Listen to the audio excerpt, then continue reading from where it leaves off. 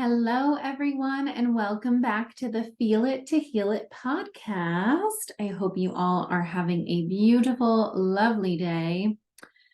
So, I wanted to record an episode about what to do when you feel like the world is falling apart and you feel powerless and you feel helpless. And I wanted to create something that I hope will be of service to you all in bringing you back to your power. So let's start, as always, with a little bit of a grounding breath. So sitting up nice and tall, closing off the eyes, breathing all the way in. And release. 2 more at your own pace.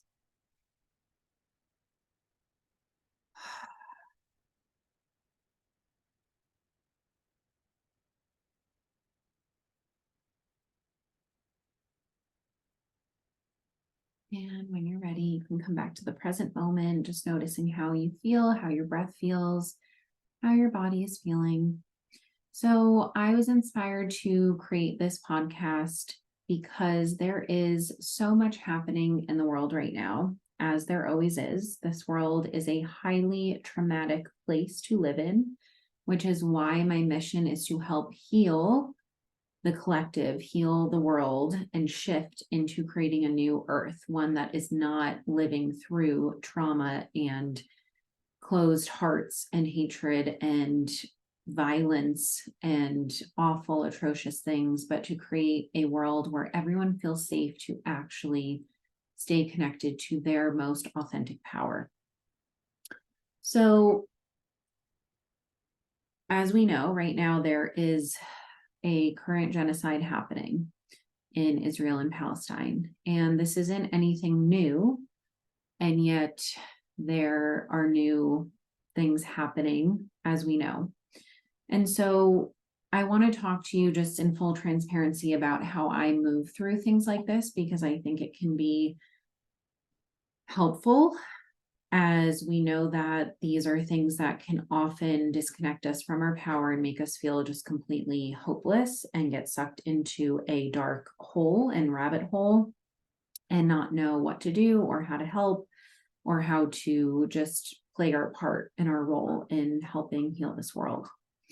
So first, I just want to acknowledge that this is something that I have had to work on immensely, because the old version of myself, when things would happen in the world that were just so unbearably atrocious and painful and truly surreal, like really having these moments of like, how is this even real? How is this the world we live in? How is this how humans treat other humans? How is this the state of the world, especially in 2023? And I used to get sucked into a dark, dark place. I would be consumed with media and horrific, traumatic images.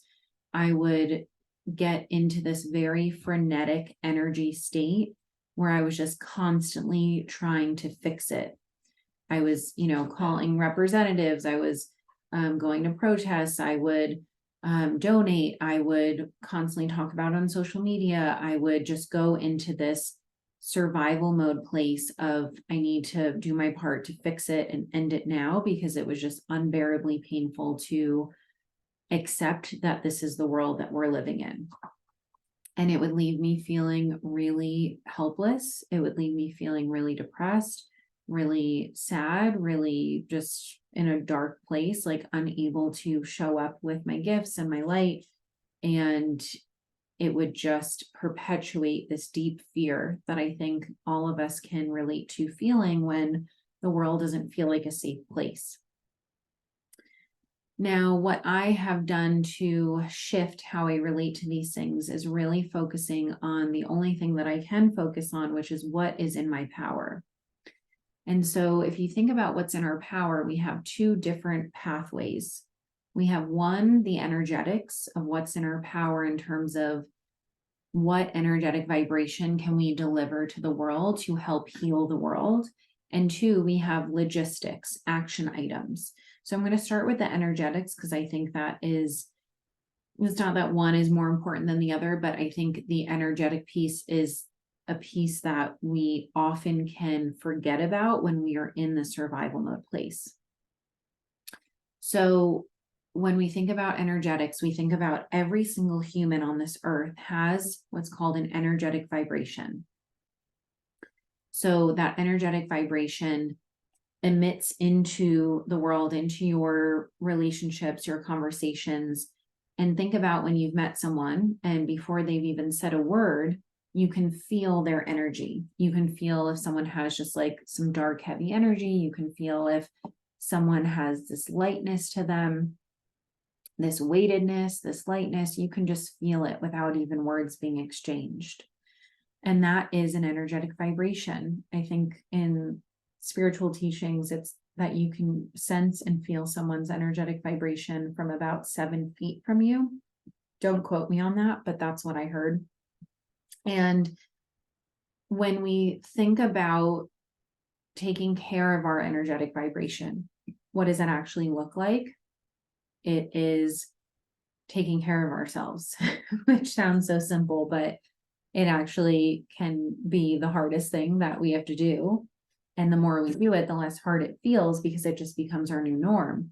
But in a society that is as addicted, traumatized, and sick and broken as a society we live in, this isn't role modeled for us. So we have to literally learn it and teach ourselves. So taking care of ourselves not only means getting sleep, putting nutritious things in our bodies, moving our bodies, meditating. It also means taking care of ourselves emotionally. So processing stored trauma, stored pain, rewiring the nervous system out of survival mode. And I want you to take a moment to imagine and visualize if every single human being on this earth took time to process their stored emotions and felt safe to do that, because it doesn't feel safe for a lot of people to do that, right? They've been threatened because of their emotions, because of their authentic selves. People have been oppressed because of their authentic selves. And so I want you to imagine if everyone on this earth felt safe to do that, and every single person released that pain in their heart.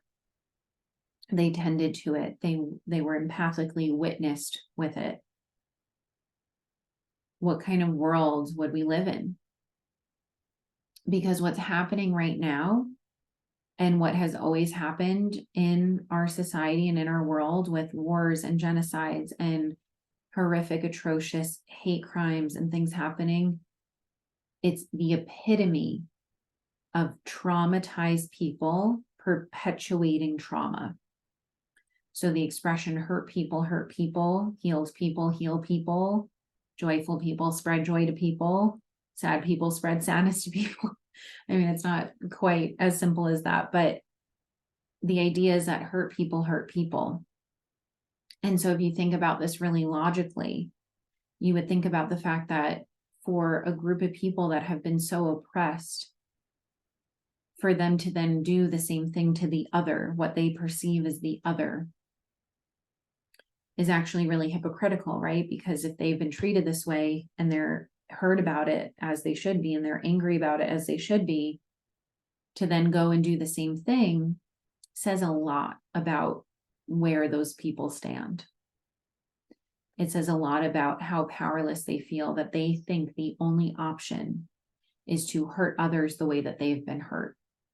And this applies to everything. It applies to parents hurting their children because the parents have been hurt by their parents and by their parents and by their parents. It applies to wars. It applies to genocides. It applies to hate crimes. It applies to shootings. It applies to this larger scale of how our society functions. The fact that we prioritize money and funding into guns and wars and killing people rather than actually healing. The fact that we prioritize that wouldn't be a priority if people actually tended to their hearts. If people actually prioritize processing their own emotion, their own stored pain, their own trauma. Because when you are in a survival mode place and when you are in a traumatized place, and remember, trauma disconnects us from our authentic selves, trauma disconnects us from having an open heart. Gabor Mate has this expression or the saying where he says, I'm going to kind of mess up the order of this, but it's something along the lines of addiction tries to fill what only an open heart can give. We turn to addiction when we have a closed heart. Addiction is an attachment disorder. It's a closed heart disorder. It's that people don't feel safe to just be themselves, to feel accepted. They've not had the proper attunement. And so when you are disconnected from yourself because you're traumatized, it puts your nervous system in survival mode. And your nervous system registers that trauma as a threat and makes you go into survival mode. And so when you're in survival mode, what happens? Your walls go up and you're in defense mode. You're in fight mode. Fight, flight, freeze, or fawn. So when it comes to wars, genocides, hate crimes, it's in that fight mode of, I need to protect myself and fight. And these people who are hurting people are not actually connected to their hearts. They're not actually connected to their authentic selves. Now, none of that justifies the behavior, right? We can understand the root of something and also hold people accountable in their behavior. Just like on a smaller scale, I can understand why I have certain behaviors, but I can't blame it and just say, oh, well, it's my childhood trauma and blah, blah, blah. It's like, no. Yes, I understand where it comes from, and I'm still responsible for my actions and for my behavior and for choosing how to relate to my trauma. And so what's happening here in this world is what has been happening since the beginning of time. We have leaders in place that have not processed their trauma, that are actively living and leading through hurt, pain, survival mode, defense, protectors, maladaptive ways of coping. And it is incredibly, incredibly harmful. And so when you become a leader in this life, in this world, which all of us are leaders in our own lives, leaders in how we relate to conversations with our family, with our friends, with our coworkers, with our loved ones, we all have to become the leaders of our own lives. And that is a great responsibility, especially when you are become a leader on a larger scale. So oftentimes in these situations, we can look to our leaders and then we feel even more helpless and more hopeless because, again, they are relating through that trauma. They actually are not leading from a peaceful, open heart. I mean, I'm sure there are some exceptions, but at least the ones that we are seeing. Stelita, shh. Stella's barking. So the energetics of how can I take care of myself? Because when I get into a dark hole, that literally serves no one. And so it multiplies, right? I'm not serving anyone. I'm in a dark hole. And then that allows other people, that allows this energy of darkness to spread to someone else. And then it spreads to someone else. And then we're all just in the dark hole, just feeling so fucking helpless and scared. Whereas if I take care of myself, I limit the amount that I'm consuming what's happening. Because again, if it weren't for the internet and media and propaganda and social media, it's not natural for us as humans to know what's happening, a million miles away in a different part of the world. We would just be in our own present moment. And so, yes, we need to know what's going on in the world 1,000%. And we need to stay connected to the present moment. And so when I take care of myself by limiting how much I consume while still being aware, by sitting with fear when it comes up, by sitting with grief and pain when it comes up, and then reconnecting to my purpose, to my mission, to my why, to what's in my power, which is to give support to people, to help people heal their trauma. I want you to identify what is your purpose, what is your gift. And it's okay if you're still exploring that, but if you are a musician, are you not performing anymore because you feel like it's insensitive to what's going on? Or are you performing even more because you know that this world needs the energy of music and love and peace and connection more now, more than ever? If you're an artist, if you're a chef, if you work in tech or sales, like, I want you to remember and connect to your purpose. And even non-work related, how do you want to show up in the world? So this doesn't mean we bypass our feelings. It doesn't mean we pretend that, everything's fine and dandy. It's that we understand we get to choose how to relate to it. We get to choose to sit with emotions as they come up. We get to choose to reach out for support when we're getting too deep into a hole. We get to choose to hold each other accountable and staying connected to our purpose and our vision and our why, so that we can spread our gifts, our medicine, our wisdom to the world. Because the more you take care of you, the more that you can show up and serve this world. And if every single person did that, we would be in a very different state right now. Another part of energetic work that I think could be really helpful right now is using the power of energy, which everything is made up of energy, to visualize and feel in your body how you want this world to relate, how you want this world to feel, how you want this world to look like. Because manifestation is real. Everything that's happening right now, we have manifested. We all play a part in that. We all play a part in it. We have attracted this because there's such deep ancestral, generational, current day wounds and pain that needs to be brought out to the light. And so it is all of our responsibility to shift that. It's no one's fault. It's everyone's responsibility. And when I say it's no one's fault, I'm not talking about the people doing the atrocious things. Yes, that is absolutely their fault. But in terms of where the world stands right now, we all play a part in that. Because the more disconnected we are from ourselves, the more we abandon ourselves, the more we perpetuate living through trauma.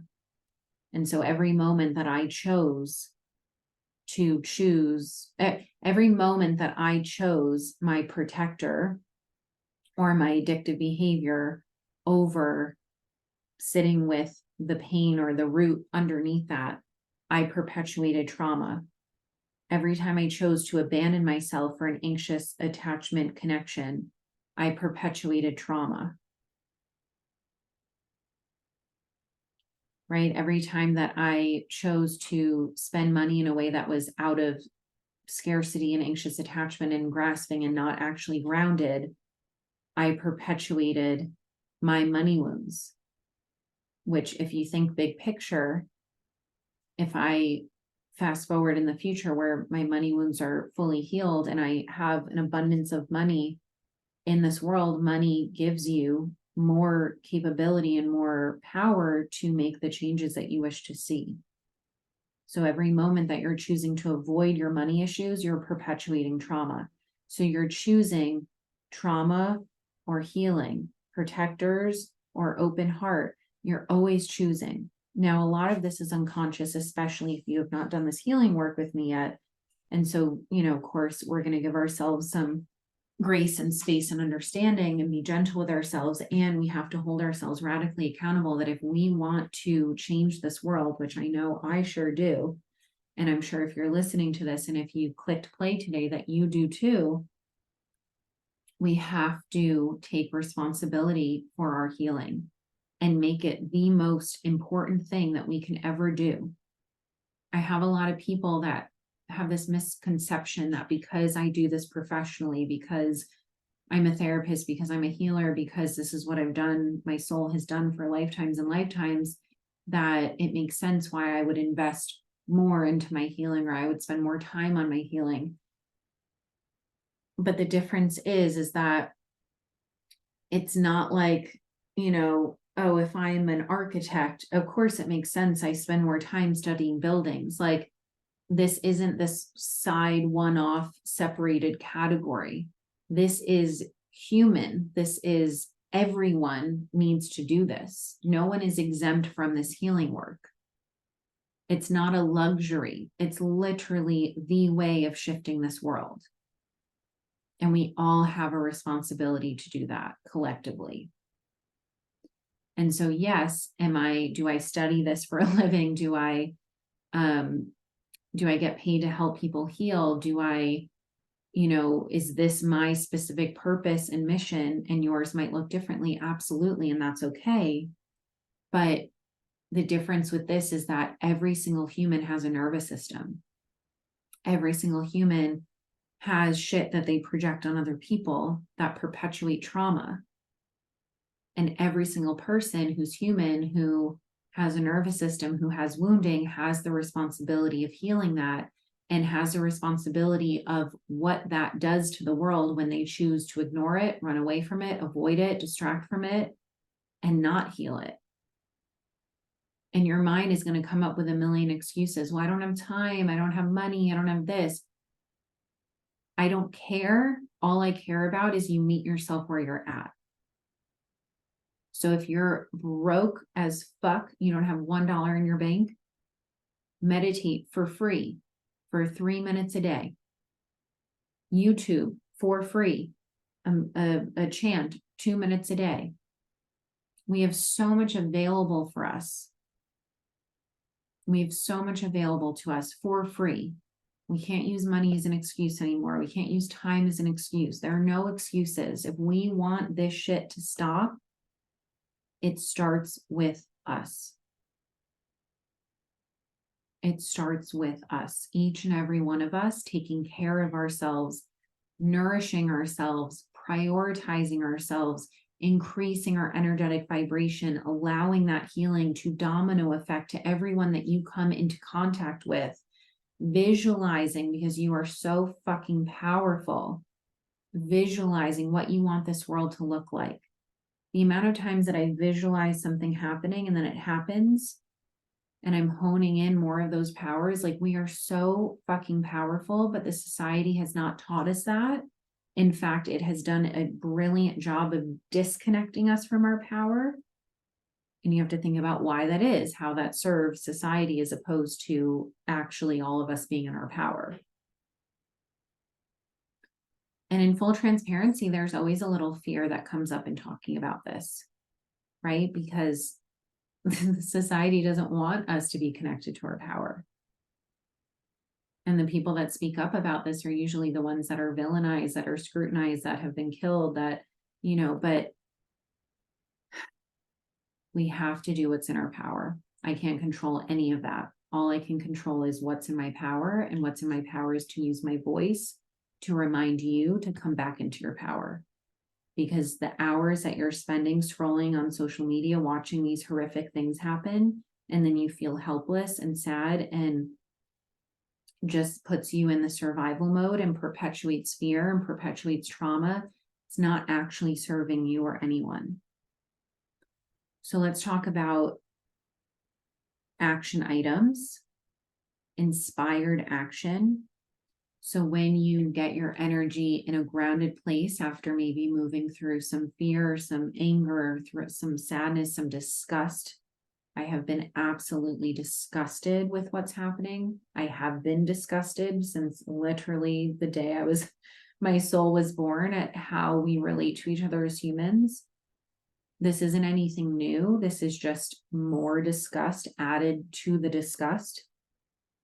There's deep anger, there's deep sadness, there's deep pain. And when you allow yourself to just honor that and sit with that and acknowledge it and share that with people and allow yourself to be heard and seen and witnessed in that, and then you connect to your grounded energy, from that grounded energy, what feels like an aligned action. Maybe donating feels aligned for you. Maybe going to a protest feels aligned for you. Maybe calling your government officials, your senators, your representatives, that feels aligned for you. But whatever it is, I want it to come from as much of a grounded place as possible. When we feel disgust and anger like this, it can be a beautiful motivator to take action. But we want to make sure that our energy with that action is actually going to create its impact. If we go into an action with frenetic energy, it creates more of that frenetic outcome. If we go into the action with feeling as grounded and clear and calm and connected to our intuition as possible, that is the energy that that action is going to be carried out into the world with. And that's the outcome that you're going to create. So think about any action items that would feel grounded and authentic to you. So for me, I had been thinking about recording a podcast episode on this for a while, but there was some fear that came up around that.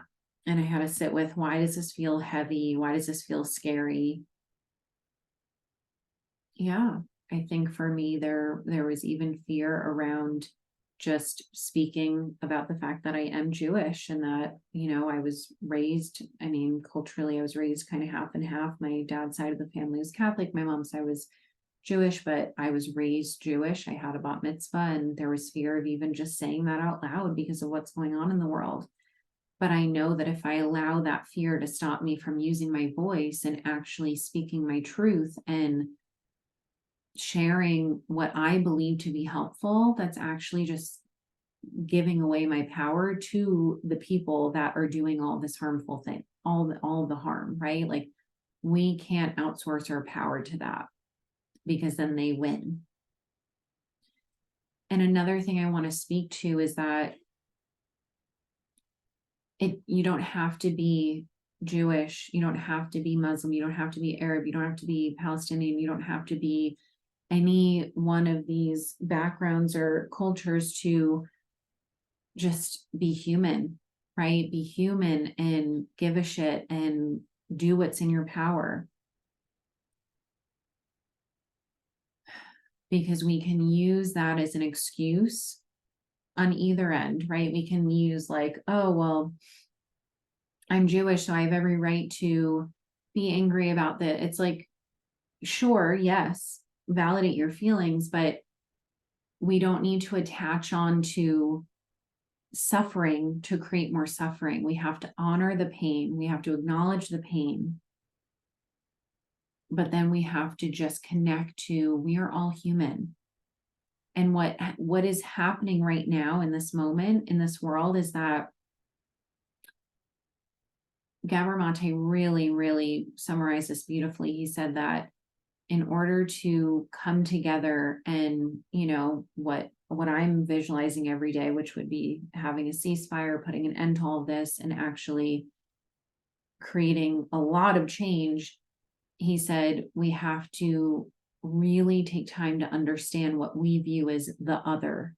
Because for as long as we are villainizing the other, it perpetuates division, it perpetuates sides, right? Like, and he talks so beautifully about, like, there are no sides, but yes, we do have to hold the country, which in this case is Israel, that has more power.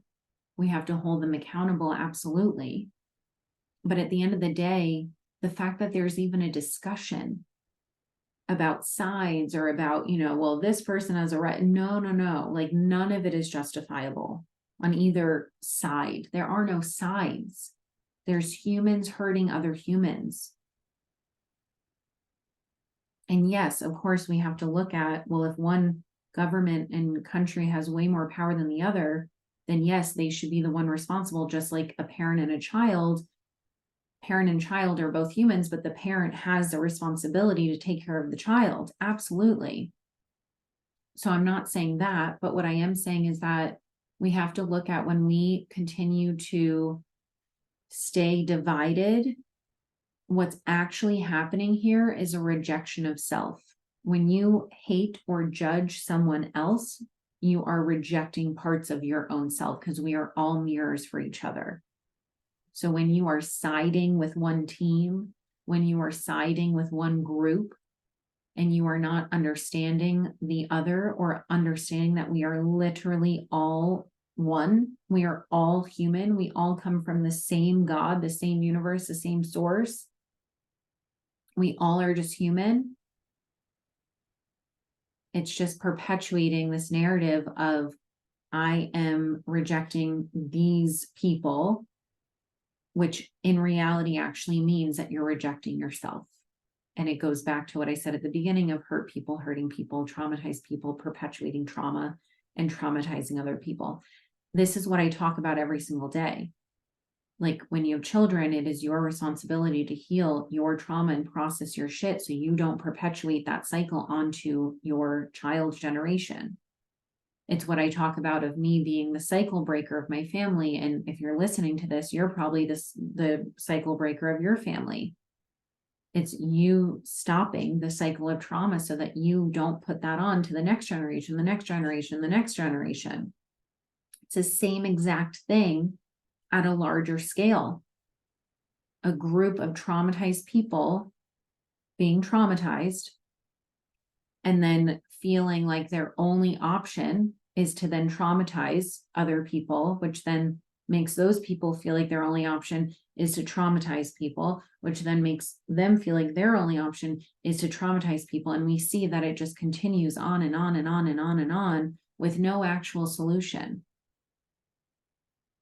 And so the fact that there's even wars, genocides, military, like sometimes I question, like, well, am I just naive because, this is the way the world has always worked. Like there's always been armies and militaries and wars and genocides. And it's been am I naive to think that we could live in a world that where an army doesn't even exist, where we don't even need to protect ourselves? And I was talking about this with my mentor because she was saying, well, in this state of the world, like we need ways of protecting ourselves. And it's like, absolutely. And also, could we believe that we could live in a world where that wouldn't even be necessary? We're literally having an army and perpetuating this trauma of sending people out to war, and then veterans come back and they have extreme PTSD, and then they have addiction problems and they have unprocessed trauma, and then those families are affected, and then it's spreading trauma to those families and those kids. And I mean, my grandpa was in the Vietnam War, and I can see to this day how that has shaped him, right? And like how his response to this war is like, oh, if only your brother could go out and fight. And it's like, it's just so normalized, right? These things that are so not normal are so normalized. Like it's as if people forget it's not a video game. It's like real life, right? And so I like to think that I'm not naive in believing that there can be a world where none of this even exists. Guns don't need to exist. Wars don't need to happen. There should not be any problem too big for two adults or two states, two countries, two continents to be able to sit down as adults and problem solve things that come up. There should be no problem that is too big for that to happen,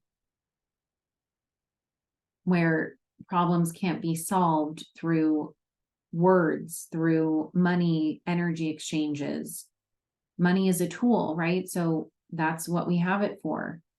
Let's use that as a tool instead of killing each other. Okay, you want to buy this piece of land? Okay, we're going to buy, or we're going to, it's like, it seems too logical, right? Like you want to buy, I buy a house, right? I pay money for that house. I don't kill the people living in the house.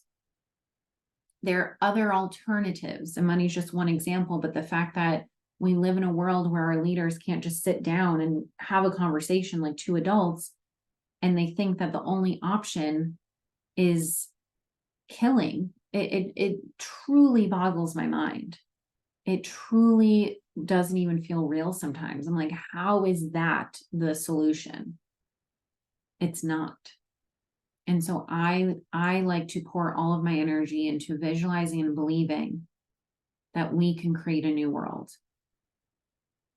I truly believe that we can do that. I truly believe that, when people say thoughts and prayers, it's like the thoughts and prayers are not enough, but there is also power in visualizing and praying for what we want to happen. But then you also have to take the action of healing yourself and taking care of yourself and taking responsibility of you, which is the only thing that you have power over.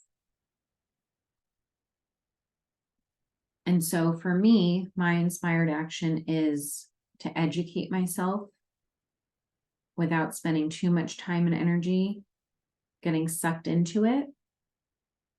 It's recording this podcast episode. It's probably going to be some Instagram stories talking about it. It's going to be supporting my clients. It's going to be continuing to show up every single day to share my offers and my containers with the world, because I believe and I know in my entire being that this work changes lives. And I think especially for entrepreneurs, there's this fear of like, oh, well, how can I just keep showing up and selling when there's friggin' atrocious things happening? But think about it. There's atrocious things happening every day. If none of us showed up, those atrocious things would just keep happening and we would never shift. We would never change. We would never heal. And so my inspired action is every day I need to connect to my why, connect to sharing this work with the world so that we can truly get the world out of survival mode, because it does not need to be in survival mode. The only reason it needs to be in survival mode at times like this is because of trauma, unhealed trauma.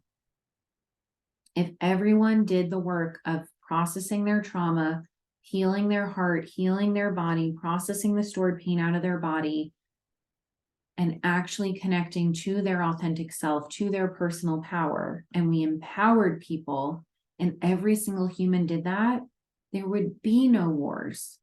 There would be no genocides. There would be no killing. There would be no hate. There would be no violence. There would be no atrocious things happening. There would be no disgusting things happening. It would just be everyone in their power choosing to relate from their power. Now, that's not going to look perfectly, and it's certainly not going to happen overnight, but it starts with each and every one of us. And so I want you to take some time to really notice, where are you leaking your precious, valuable time and energy that other people wish they had right now, because they are actually in survival mode. And if you want to help those people in survival mode, the best thing you can do is get yourself out of survival mode when you don't need to be. Because there are times in life where you do need to be in survival mode, like the people in survival mode right now, fighting for their lives. But if you do not need to be in survival mode, I invite you to do everything in your power to notice when you get into survival mode by witnessing secondary trauma, or witnessing trauma and then feeling like you are experiencing secondary trauma. Realize that you are not actually experiencing that trauma. Get out of survival mode, reconnect to the present moment, reconnect to your power, and show the fuck up. That is what you can do.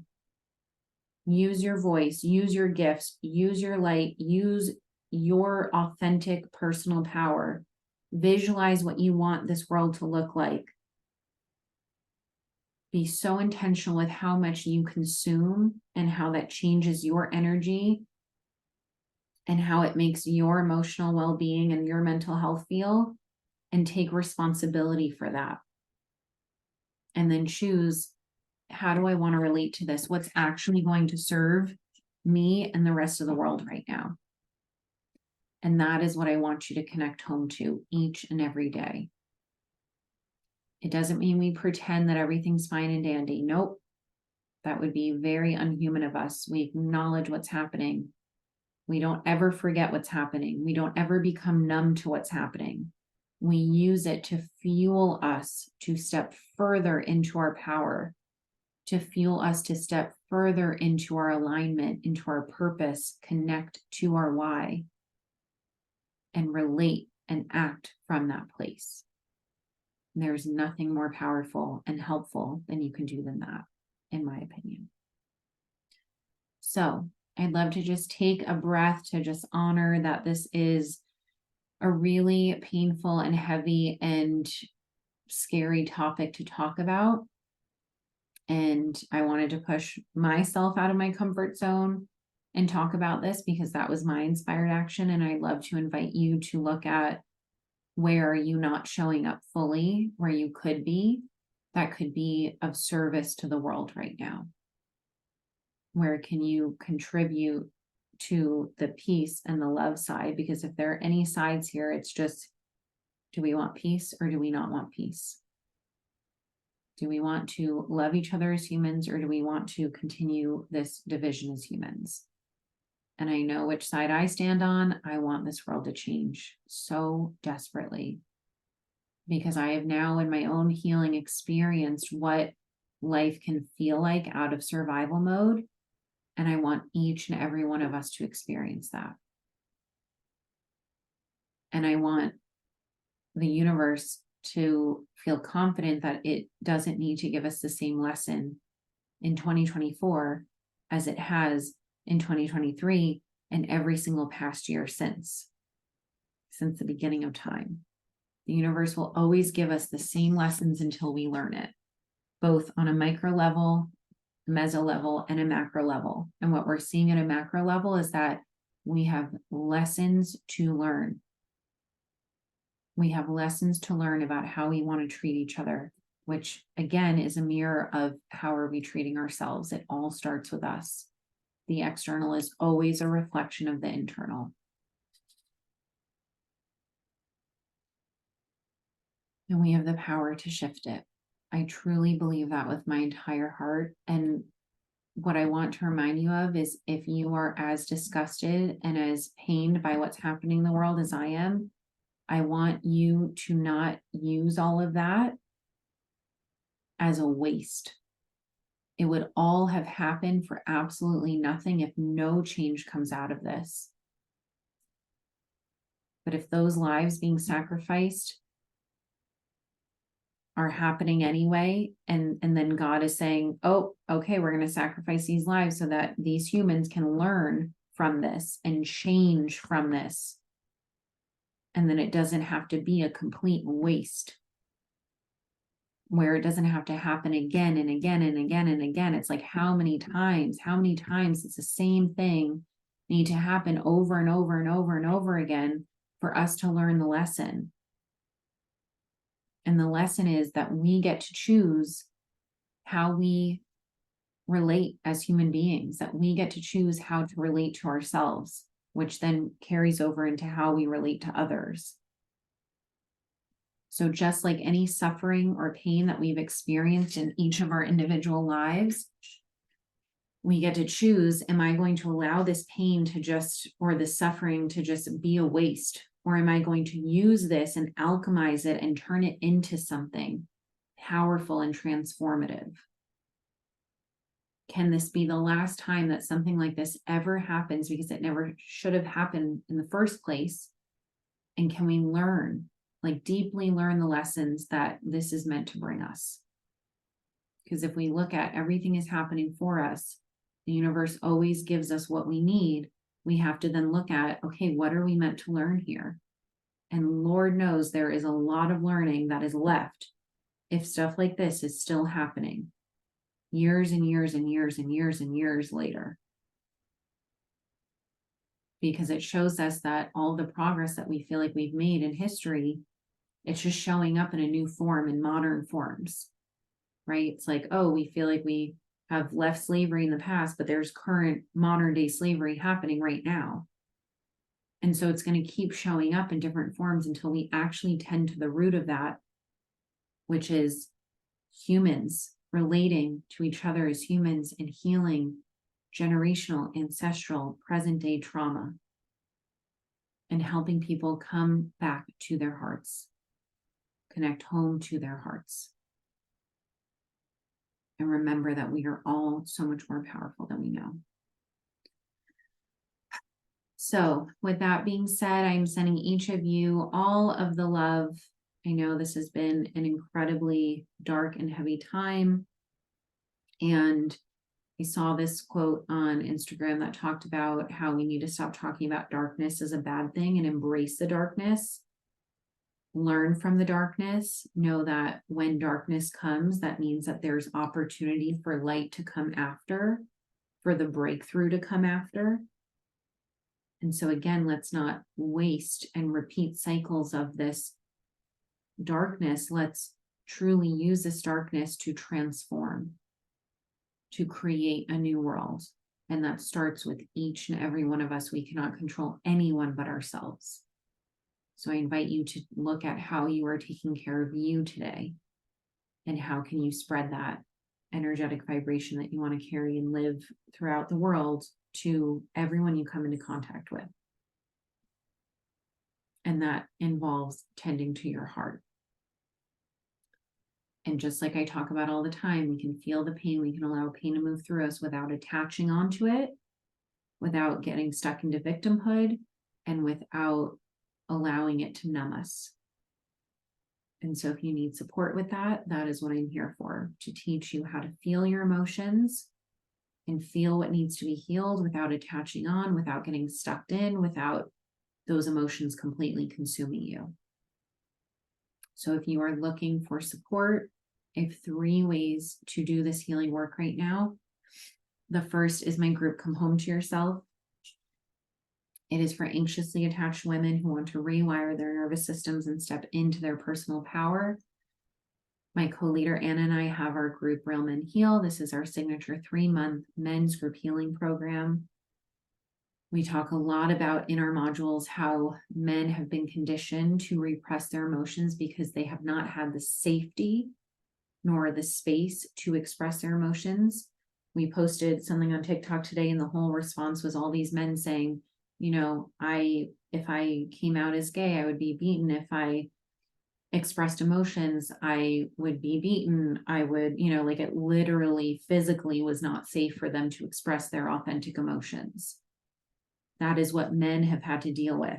And so this group is helping you process that and unlearn all of that and help you step in your personal power so you are no longer a victim to other people's projections of their shame, their trauma, their lack of connection with their own emotions.